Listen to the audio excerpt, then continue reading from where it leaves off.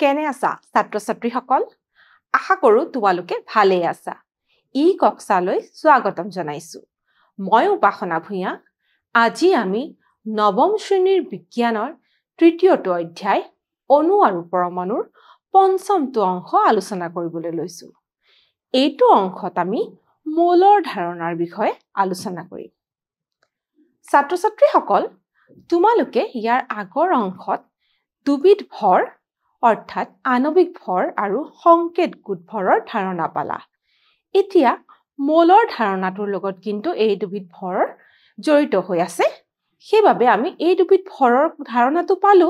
কিন্তু এই দুবিধ ভৰনো কেনেকৈ নিৰ্ধাৰণ কৰে বা কেনেকৈ উলিয়াই যিকোনো এটা পদাৰ্থ যদি আমাক দিয়া থাকে তাৰ বিষয়ে আমি বিতংভাৱে আলোচনা কৰিম তাৰ কাৰণে আমি উদাহৰণ লৈ পেলাই ইয়াক উলিয়াবলৈ বা নিৰ্ধাৰণ কৰিবলৈ যত্ন কৰিম ইয়াত তোমালোকক এটা উদাহৰণ দিয়া হৈছে উদাহৰণ এটা প্ৰশ্ন দিছে প্ৰশ্নটো এনে ধৰণৰ পানীৰ অৰ্থাৎ H2O যিটো ৰাসায়নিক সংকেত পানীৰ আপেক্ষিক আণৱিক ভৰ গণনা কৰা ছাত্ৰ-ছাত্ৰীসকল আপেক্ষিক আণৱিক ভৰ গণনা কৰিবলৈ হলে আমাক কেইটামান বস্তু প্ৰয়োজন হ'ব এতিয়া আপেক্ষিক আণৱিক ভৰনো কি আছিল তোমালোকক মই পুনৰ সোঁৱৰাই দিওঁ যে এই আণৱিক ভৰ এয়া হৈছে যিকোনো এটা পদাৰ্থৰ এটা অণুত থকা পৰমাণুবোৰৰ পাৰমাণৱিক ভৰৰ যোগফলৰ সমান গতিকে আমি এতিয়া আমাক পানীৰ আপেক্ষিক আণৱিক ভৰ নিৰ্ধাৰণ কৰিবলৈ কৈছে গতিকে আমি ইয়াৰ কাৰণে আমাক লাগিব পানী অৰ্থাৎ যিটো ৰাসায়নিক সংকেত H2O দিছে তাৰ যিবিলাক পৰমাণুৰে গঠিত সেই পৰমাণুবোৰৰ কিন্তু পাৰমাণৱিক ভৰ আমাক লাগিব অৰ্থাৎ আমাক কি লাগিব প্ৰথমতে আমি জানিব লাগিব যে পানী অণুটো কিহেৰে গঠিত বা কি পৰমাণু আছে ইয়াত আমাৰ কি আছে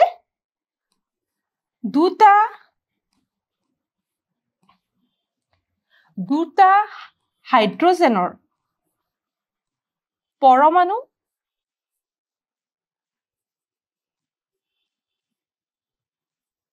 আৰু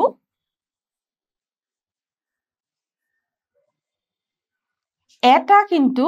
কি আছে অক্সিজেনৰ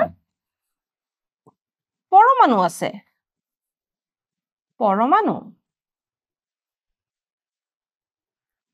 গতিকে আমি এতিয়া পানীৰ আণৱিক ভৰ গণনা কৰিবলৈ হলে দুটা হাইড্ৰজেনৰ পৰমাণুৰ যিটো পাৰমাণৱিক ভৰ সেইটো জানিব লাগিব আৰু এটা অক্সিজেন পৰমাণুৰ যিটো পাৰমাণৱিক ভৰ তাকো আমি জানিব লাগিব এতিয়া হাইড্ৰজেনৰ পাৰমাণৱিক ভৰ আমি ইতিমধ্যে আগৰ অংশত গম পাই আহিছো তালিকা এখনত আমি পাই আহিছো যে হেতু 1u গতিকে দুটা হাইড্ৰজেনৰ পৰমাণুৰ যিটো ভৰ হ'ব হেতু হ'ব 2u ঠিক তেনেদৰে অক্সিজেন এটা অক্সিজেনৰ পৰমাণুৰ যিটো পাৰমাণৱিক ভৰ হেতু হৈছে 16u এতিয়া এই দুটা যেতিয়া আমি পাম তাৰ পৰা আমি আমাৰ যিটো আণৱিক ভৰ পানীৰ আণৱিক ভৰ হেতু আমি নিৰ্ধাৰণ কৰিব পাৰিম এতিয়া ইয়াক দিয়া হৈছে হাইড্ৰজেনৰ পাৰমাণৱিক ভৰ 1u অক্সিজেনৰ পাৰমাণৱিক ভৰ 16u গতিকে আমাৰ পানীৰ এটা অণুত দুটা হাইড্ৰজেন যেহেতু আছে গতিকে 1u 2 ৰে পূৰণ কৰিব লাগিব গতিকে দুটা হাইড্ৰজেন পৰমাণু আৰু এটা অক্সিজেন পৰমাণু থকা পানীৰ আণৱিক ভৰ হৈছে 2 * 1 কাৰণ এটা হাইড্ৰজেন পৰমাণুৰ ভৰ 1u গতিকে বা 1u গতিকে তাক 2 ৰে পূৰণ কৰিছে যোগ কৰিছে কিহৰ লগত যে অক্সিজেনৰ পাৰমাণৱিক ভৰ যেটো 16u গতিকে ইয়াৰ এইখিনি আমি যেতিয়া পূৰণ কৰি যোগ কৰিম তেতিয়া আমি 2 * 1 2 প্লাস 16 * 1 16 গতিকে 16 যোগ 2 আমি 18u পাবলৈ সক্ষম হৈছো এই 18u টো হৈছে পানীৰ যিটো আণৱিক ভৰ ছাত্ৰ-ছাত্ৰীসকল তাৰ পাছত ইয়াত তোমালোকক আন এটা উদাহৰণ দিয়া হৈছে হেতু হৈছে HNO3 অৰ্থাৎ নাইট্ৰিক এচিডৰ আণৱিক ভৰ গণনা কৰা বুলি দিছে এতিয়া আগৰ উদাহৰণৰ দৰে এই ক্ষেত্ৰটো আমাক কি লাগিব যে আমি হাইড্ৰজেন নাইট্ৰজেন আৰু অক্সিজেনৰ পাৰমাণৱিক ভৰ আমাক লাগিব যাতে আমি এই নাইট্ৰিক এচিডৰ আণৱিক ভৰ গণনা কৰিব পাৰো এতিয়া আমি জানিব লাগিব যে নাইট্ৰিক এচিড কিহেৰে গঠন হৈছে এটা হাইড্ৰজেনৰ পৰমাণু থাকে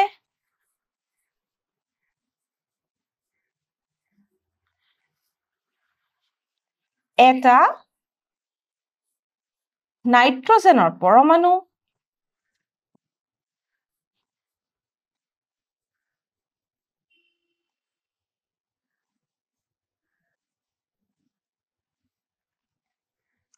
আৰু লগতে তিনিটা অক্সিজেনৰ পৰমাণু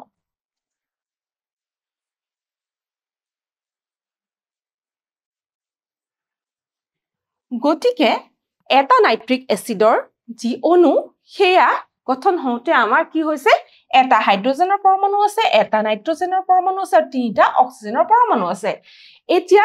এই পৰমাণুবোৰৰ যিটো পাৰমাণৱিক ভৰ সেইকেইটা কিন্তু আমি যেতিয়া যোগ কৰি দিম তেতিয়া আমি নাইট্ৰিক এচিডৰ আমি আণৱিক ভৰটো পাবলৈ সক্ষম হওঁ ঠিক এনে ধৰণে ইয়াত দিয়া আছে হাইড্ৰজেনৰ পাৰমাণৱিক ভৰ আমি ল'ব লাগিব যোগ নাইট্ৰজেনৰ পাৰমাণৱিক ভৰ যোগ তিনিটা অক্সিজেনৰ কিন্তু পাৰমাণৱিক ভৰ আমি ল'ব লাগিব কাৰণ অক্সিজেন ইয়াতে আমি দেখিছো যে অক্সিজেন তিনিটা আছে তাৰ পাছতে হাইড্ৰজেনৰ পাৰমাণৱিক ভৰ আমি জানো 1u নাইট্ৰজেনৰ পাৰমাণৱিক ভৰ আমি জানো 14u আৰু অক্সিজেনৰ এটা অক্সিজেনৰ পাৰমাণৱিক ভৰ কিন্তু 16u গতিকে এতিয়া আমি 16u টো কি কৰিব লাগিব 3 ৰে পূৰণ কৰিব লাগিব গতিকে তেনেকে আমি পাইছো 1u + 14u + অক্সিজেনৰ কাৰণে কিন্তু যেহেতু তিনিটা আছে অক্সিজেন আমি 3 ৰে 16u পূৰণ কৰিছো 3 * 16u তাৰ ফলত আমি উত্তৰটো পাবলৈ সক্ষম হৈছো যে 63u গতিকে নাইট্ৰিক এচিডৰ আণৱিক ভৰ হৈছে যেটো 63u বুলি আমি পালো ছাত্ৰ ছাত্ৰীসকল এতিয়া আমি আনবিধ ভৰলৈ যাম হেয়া হৈছে সংকেত গোট ভৰ এতিয়া সংকেত গোট ভৰনো কি গতিকে এটা যৌগৰ সংকেত গোট এটাৰ যিবোৰ সংকেত গোট এটা যিবোৰ পৰমাণু থাকে সেই পৰমাণুবোৰৰ কিন্তু যোগফলে হৈছে আমাৰ সংকেত গোট ভৰ গতিকে এয়াকে আমি জানিবলে আৰু অত্যাধিক বুজিবলে আমি এটা উদাহৰণ লৈছো এই উদাহৰণটো তোমালোকক সোধা হৈছে যে ক্যালসিয়াম ক্লোৰাইডৰ সংকেত গোট ভৰ গণনা কৰা বুলি তোমালোকক কোৱা হৈছে এতিয়া এইটো ক্ষেত্ৰত আমাৰ কি হৈছে ক্যালসিয়াম ক্লোৰাইড দিয়া হৈছে আমি জানিব লাগিব ক্যালসিয়াম ক্লোৰাইডতনো কি কি পৰমাণু আছে আৰু সেইকেইটা পৰমাণুৰ সংখ্যাও আমি জানিব লাগিব ইয়াত কি হৈছে আমি দেখিছো এটা ক্যালসিয়ামৰ পৰমাণু আছে তা মানে পৰমাণু লগতে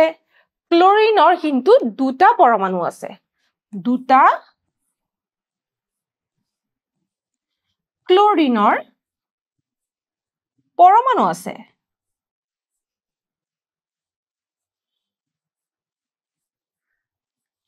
এতিয়া আমি যেতিয়া এটা ক্যালসিয়ামৰ পৰমাণুৰ পাৰমাণৱিক ভৰক ক্লোৰিনৰ দুটা ক্লোৰিনৰ পৰমাণুৰ পাৰমাণৱিক ভৰৰ লগত যেতিয়া যোগ কৰি দিম সেই যোগফলটোৱে কিন্তু আমাক কি দিব এই সংকেত গোট ভৰ ক্যালসিয়াম ক্লোৰাইডৰ সংকেত গোট ভৰটো আমি তেনেকে পাবলৈ সক্ষম হম ইয়াত দিয়া হৈছে যে ক্যালসিয়ামৰ পাৰমাণৱিক ভৰ যোগ 2 পূৰণ ক্লোৰিনৰ পাৰমাণৱিক ভৰ 2 * ক্লোৰিনৰ পাৰমাণৱিক ভৰ কাৰণ ক্লোৰিনৰ পৰমাণু দুটা আছে গতিকে ক্যালসিয়ামৰ পাৰমাণৱিক ভৰ 40 আৰু ক্লোৰিনৰ পাৰমাণৱিক ভৰ 35.5 35.5 গতিকে 35.5 বা 35.3 ক আমি 2 ৰে পূৰণ কৰিব লাগিব ইয়াত তেনেকে দিছে 40 + 2 * 35.5 গতিকে হেয়া পূৰণ কৰি তাৰপিছত যোগ কৰিলে কিন্তু আমি কি পাবলৈ সক্ষম হৈছো 111u বুলি পাবলৈ সক্ষম হৈছো এয়া হৈছে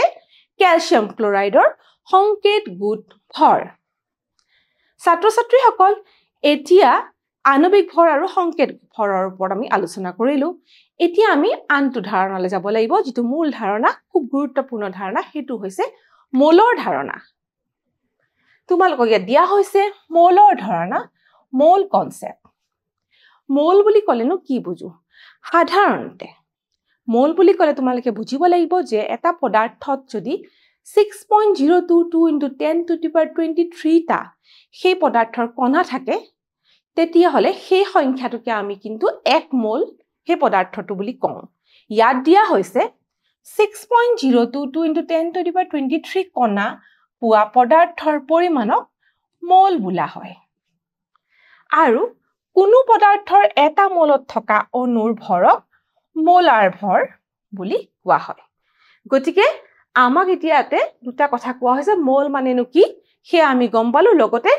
মোলাৰ ভৰ বুলি কৈছে গতিকে কোনো পদাৰ্থৰ এটা মোলত থকা অণুৰ ভৰক কি বুলি কৈছে মোলাৰ ভৰ বুলি কোৱা হৈছে গতিকে এই মোলাৰ ভৰৰ কথা আমি বুজিবলৈ হলে এতিয়া আমি এটা উদাহৰণ ল'ব লাগিব আমি যদি পানীৰ উদাহৰণটোকে লওঁ এতিয়া পানীৰ উদাহৰণটো লৈ পেলাই যদি আমি পানীৰ ৰাসায়নিক সংকেতটো লিখো হেতু হৈছে H2O এতিয়া আমি আগতীয়াকে পাই আহিছো যে আণবিক ভৰ কেনেকে নিৰ্ধাৰণ কৰে তে পানীৰ আণবিক ভৰ কি হ'ব আমাৰ পানীত কি আছে দুটা হাইড্ৰজেনৰ পৰমাণু আছে আৰু এটা অক্সিজেনৰ পৰমাণু আছে আমি আগতে পাই আহিছো আৰু এতিয়া হাইড্ৰজেনৰ পাৰমাণবিক ভৰ হ'ব 1 গতিকে দুটা আছে যেটো 2 into 1 যোগ অক্সিজেনৰ পাৰমাণবিক ভৰ কিন্তু কি 16 আমি u এককত লিখিম গতিকে আমি এইখিনি পূৰণ আৰু যোগ কৰিলে পাম 18 u এটো আমি আগতে পাই আহিছো গতিকে পানীৰ আণবিক ভৰ হৈছে এয়া 18 u অৰ্থাৎ পানীৰ এটা অণুৰ ভৰ হৈছে 18 u ছাত্ৰ ছাত্ৰী সকল এতিয়া যদি আমি মোলাৰ ভৰলৈ যাওঁ গতিকে পদাৰ্থ এটাৰ মোলাৰ ভৰ তাৰ আপেক্ষিক আণবিক ভৰৰ যেটো সাংখ্যিক মান সেই সাংখ্যিক মানৰ সমানে হয় কিন্তু তাক আমি গ্ৰামতহে লিখো বা গ্ৰামত আমি বুজাও গতিকে এতিয়া পানীৰ এটা অণুৰ ভৰ 18 u গতিকে এতিয়া আমি ইয়াৰ পৰা বুজিলো যে গতিকে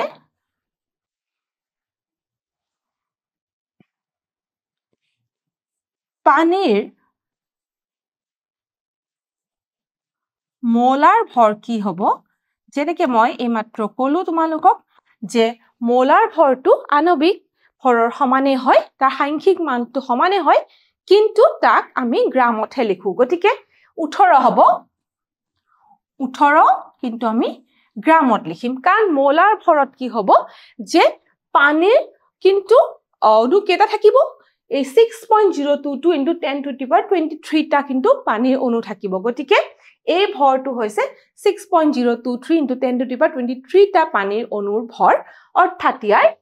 মোলাৰ ভৰ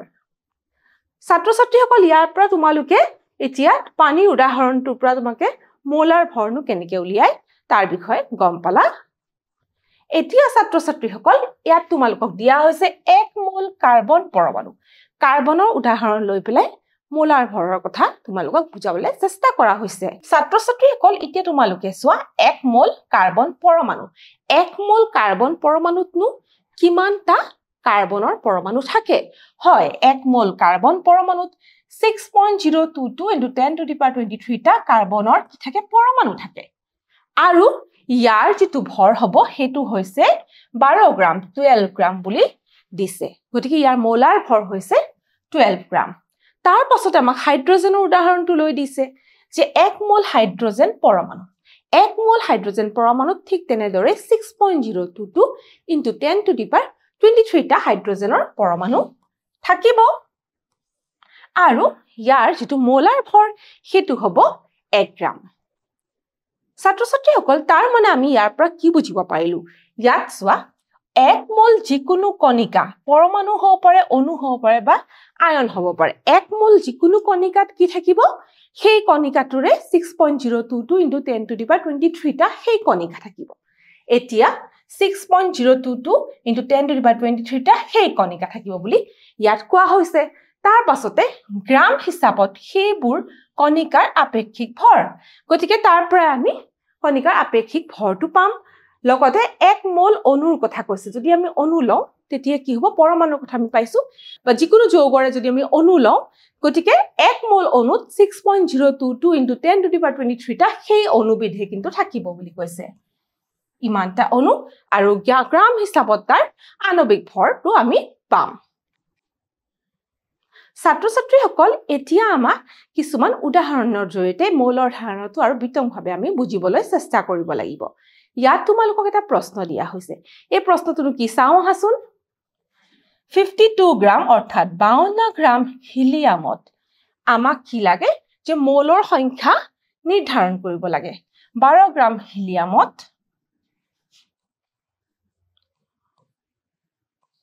মৌলৰ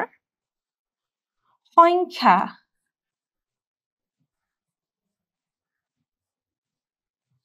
গণনা কৰা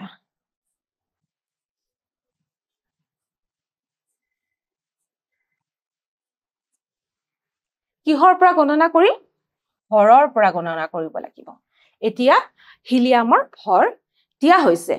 এতিয়া আমি কি কৰিব লাগিব যে আমি এতিয়া 52 গ্ৰাম বা 52 গ্ৰাম হিলিয়ামত কেইটানো মৌল আছে আমি উলিয়াব লাগিব ইয়াকে উলিয়াবলৈ হলে আমি জানিব লাগিব প্ৰথমতে যে হিলিয়ামৰ যেটো পাৰমাণৱিক ভৰ হেতুনো কিমান আৰু তাৰ পাছত জানিব লাগিব যে হিলিয়ামৰ মোলাৰ ভৰ কিমান তাতে আমি চাও আমি প্ৰথম জানিব লাগিব হিলিয়ামৰ পাৰমাণৱিক ভৰ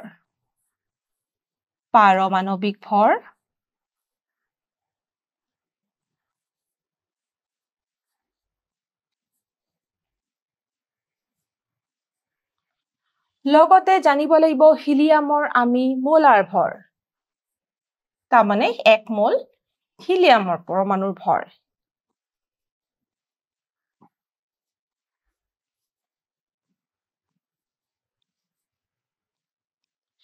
এই দুইটা তথ্য যেতিয়া আমাৰ হাতত থাকিব তেতিয়া আমি কি কৰিব পাৰিম যে আমাৰ হিলিয়ামৰ 52 গ্ৰাম হিলিয়ামত কিমানটা মোল আছে আমি নিৰ্ধাৰণ কৰিব পাৰিম ছাত্ৰ ছাত্ৰীসকল আমি ইতিমধ্যে জানো যে হিলিয়ামৰ পাৰমাণৱিক ভৰ হৈছে কিমান 4u গতিকে হিলিয়ামৰ মোলাৰ ভৰ হ'ব 4 গ্ৰাম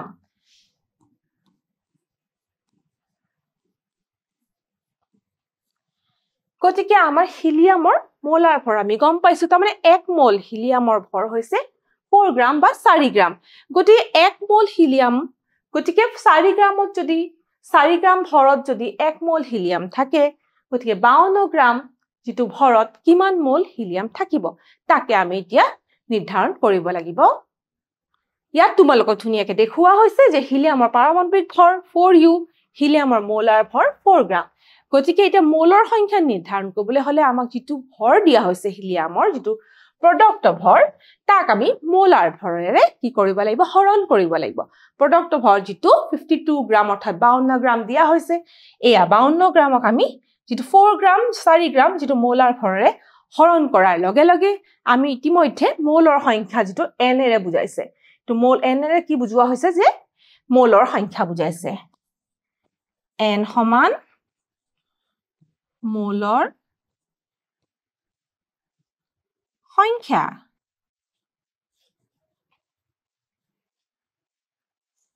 গতিকে হিয়া যেতিয়া আমি কৰি উলিয়াম হৰণ কৰিম আমি 13 বুলি পাম 13 বুলি পাম গতিকে 13টা মোল আছে 52 গ্ৰাম হিলিয়ামত ছাত্ৰ ছাত্ৰীসকল এতিয়া আমি ইয়াৰ পিছৰটো প্ৰশ্নলৈ যাও ইয়াৰ পিছৰটো প্ৰশ্নটো কি দিয়া হৈছে আমি চাও আহাচোন ইয়াত আন এটা প্ৰশ্ন দিয়া হৈছে ইয়াত কি দিয়া হৈছে যে 6.022 into 10 to the power 23 টা নাইট্ৰজেনৰ অণু দিয়া হৈছে নাইট্ৰজেনৰ অণু এতিয়া আমাক কি নিৰ্ধাৰণ কৰিবলৈ দিছে যে এই সংখ্যাৰ পৰা আমাক কিন্তু ভৰ নিৰ্ধাৰণ কৰিবলৈ দিয়া হৈছে সংখ্যাৰ পৰা ভৰ নিৰ্ধাৰণ কৰিবলৈ হলে প্ৰথম কথাটো আমি এটা ফৰ্মুলা জানিব লাগিব যেটো আমি ইয়াৰ আগৰ প্ৰশ্নটোটো পাই আহিছো যে ভৰ আমি কেনেকৈ উলিয়াম আমি জানিব লাগিব ভৰ সমান আমি জানিব লাগিব ভৰ সমান মোলৰ সংখ্যা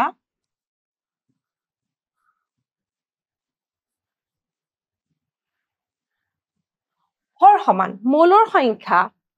পূৰণ আমি কৰিব লাগিব মোলাৰ ভৰ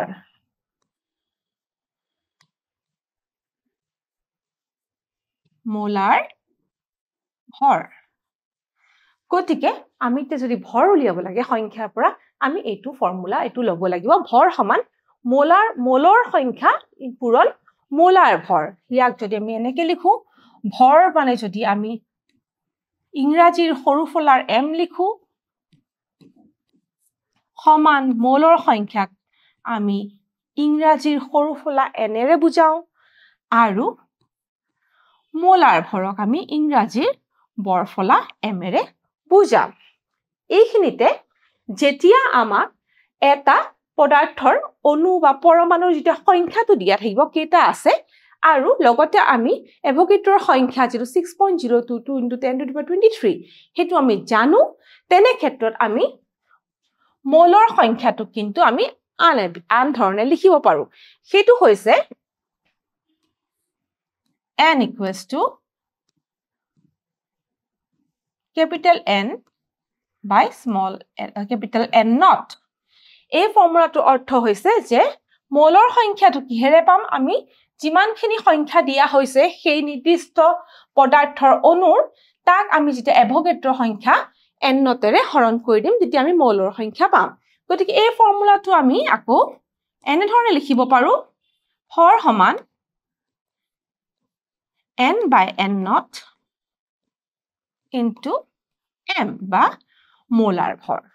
এতিয়া আমি এইখিনি বস্তু পাইছো আমাক ভৰ উলিয়াবলে হলে আমাক এতিয়া কি হ'ব সেই নিৰ্দিষ্ট যেটো পদাৰ্থ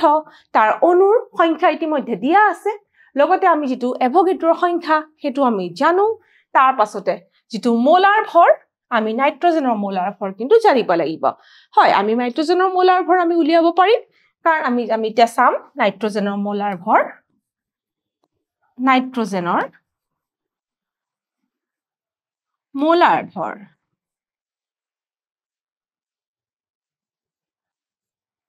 তাক আমি বৰফলা m আখৰেৰে বুজাইছো এয়া কি হ'ব মোলাৰ ভৰ আমি জানো প্ৰথমতে ইয়াৰ কাৰণে আমি আণবিক ভৰ উলিয়াব লাগিব মই পুনে মোলাৰ ভৰলৈ গুচি গলো গতিকে এটা নাইট্ৰজেনৰ যেটো পাৰমাণবিক ভৰ আছিল হেতু আছিল 14u 14u গতিকে আমাৰ ইয়াত দুটা নাইট্ৰজেনৰ পৰমাণু আছে গতিকে 14 * 2 14 পূৰণ 2 অৰ্থাৎ 28 28u হ'ব আৰু আমি জানো যে পাৰমাণবিক যেটো আণবিক ভৰ সেই আণবিক ভৰৰ মানটো আৰু মোলাৰ ভৰৰ মান সমান কিন্তু মোলাৰ ভৰৰ ক্ষেত্ৰত আমি গ্ৰামত বুজাও গতিকে নাইট্ৰজেনৰ মোলাৰ ভৰও হ'ব 2 পূৰণ 14 গ্ৰাম অৰ্থাৎ 28 গ্ৰাম 28 গ্ৰাম হৈছে এই নাইট্ৰজেনৰ মোলাৰ ভৰ গতিকে আমাৰ এতিয়া ক্যাপিটাল M বা বৰফলা M ৰ মানটো আমি পাই গলো ইয়াৰ পৰা আমি কিন্তু এই ফৰ্মুলাটোৰ পৰা আমি এতিয়া যদি ইয়াৰ মান বিলাক বহুৱাই দিও আমি এই ভৰ পাবলৈ সক্ষম হম ঠিক এনেদৰে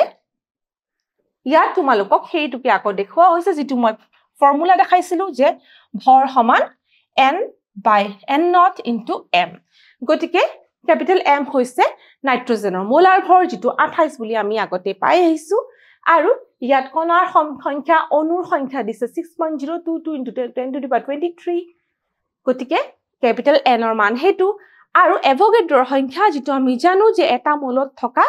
তাৰ কণাৰ সংখ্যা অৰ্থাৎ অণুৰ সংখ্যা এইটো ক্ষেত্ৰত নাইট্ৰজেনৰ অণুৰ সংখ্যা হেতু হৈছে 6.022 * 10^23 গতিকে ইয়াৰ উত্তৰটো কি হ'ব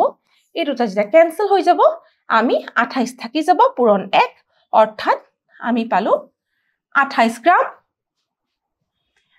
এনে ধৰণে নাইট্ৰজেন অণুৰ 6.022 * 10^23 টা নাইট্ৰজেন অণুৰ কিন্তু ভৰ কিমান বুলি পালো আমি 28 গ্ৰাম বুলি পাবলৈ সক্ষম হলো ছাত্ৰ ছাত্ৰীসকল আজি এটো অধ্যায়ত তোমালোকে বহু কথা শিকিলা লগতে মোলৰ ধাৰণাৰ বিষয়েও কিছু কথা গম পালা এতিয়া আমি মূল্যায়নৰ প্ৰশ্ন কিছুমানৰ দিশলৈ যাও প্ৰথমটো প্ৰশ্ন তোমালোকক সোধা হৈছে এভোগাড্ৰো ধ্ৰুৱক হৈছে ইয়াৰ কোনটো এভোগাড্ৰো ধ্ৰুৱক বুলি কৈছে প্ৰথমটো দিছে 6.022 * 10^23 পিছৰটো দিছে 6.022 * 10^22 6.022 * 10^22 और 4 নম্বৰ বিকল্প 6.022 আমি ইয়াৰ উত্তৰটো জানো এই প্ৰথমটো ইয়াৰ শুদ্ধ উত্তৰ ইয়াৰ পিছৰ প্ৰশ্নটো এটা দিছে খালি ঠাই পূৰণ কৰা কোনো পদাৰ্থৰ এটা মোলত থকা অণুৰ ভৰক ড্যাশ ভৰ বোলে গতিকে কোনো পদাৰ্থৰ এটা মোলত থকা অণুৰ ভৰক আমি পাই আহিছো মোলাৰ ভৰ বোলে ইয়াৰ পিছৰ প্ৰশ্নটো ছাত্ৰ ছাত্ৰীসকল তোমালোকক এটা বাক্য দিছে আৰু শুদ্ধ নে অশুদ্ধ সুধিছে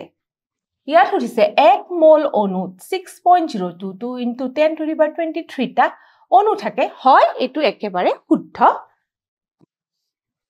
গতিকে